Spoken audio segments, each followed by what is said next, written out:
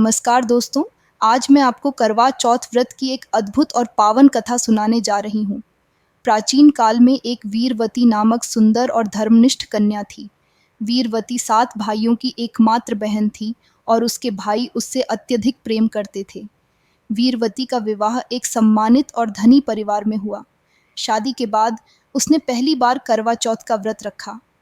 करवा चौथ के दिन का व्रत अत्यंत कठिन माना जाता है क्योंकि इस दिन महिलाएं सूर्योदय से लेकर चंद्रमा के दर्शन तक बिना जल और अन्न ग्रहण किए रहती हैं।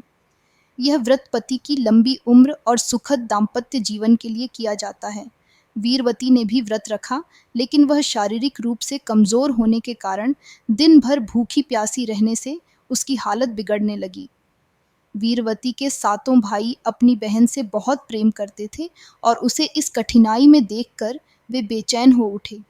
भाइयों ने देखा कि वीरवती की हालत खराब होती जा रही है और वह व्रत की कठोरता के कारण अत्यधिक कमजोर हो गई है।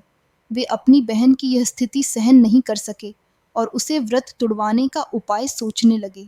भाइयों ने मिलकर एक योजना बनाई। उन्होंने पास के पीपल के पेड़ पर एक दीपक जलाया और उसे छलनी के पीछे रख दिया ताकि वह चंद्रमा के समान दिखाई दे।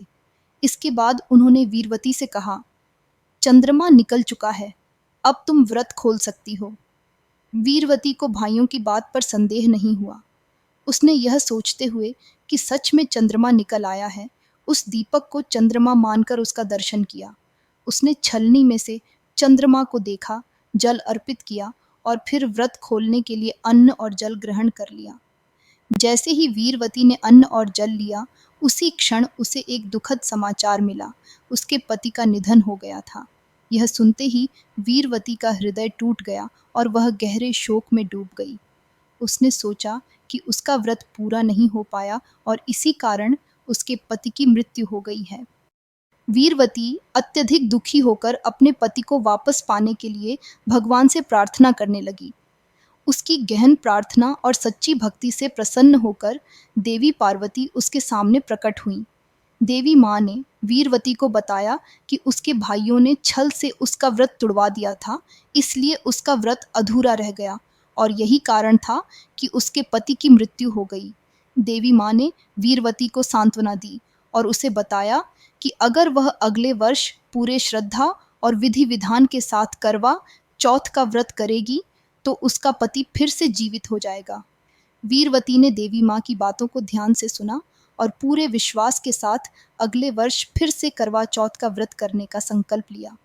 उसने साल भर धैर्य और भक्ति के साथ भगवान की उपासना की और अगले वर्ष जब करवा चौथ का दिन आया तो उसने पूरी श्रद्धा और विधि विधान से व्रत रखा।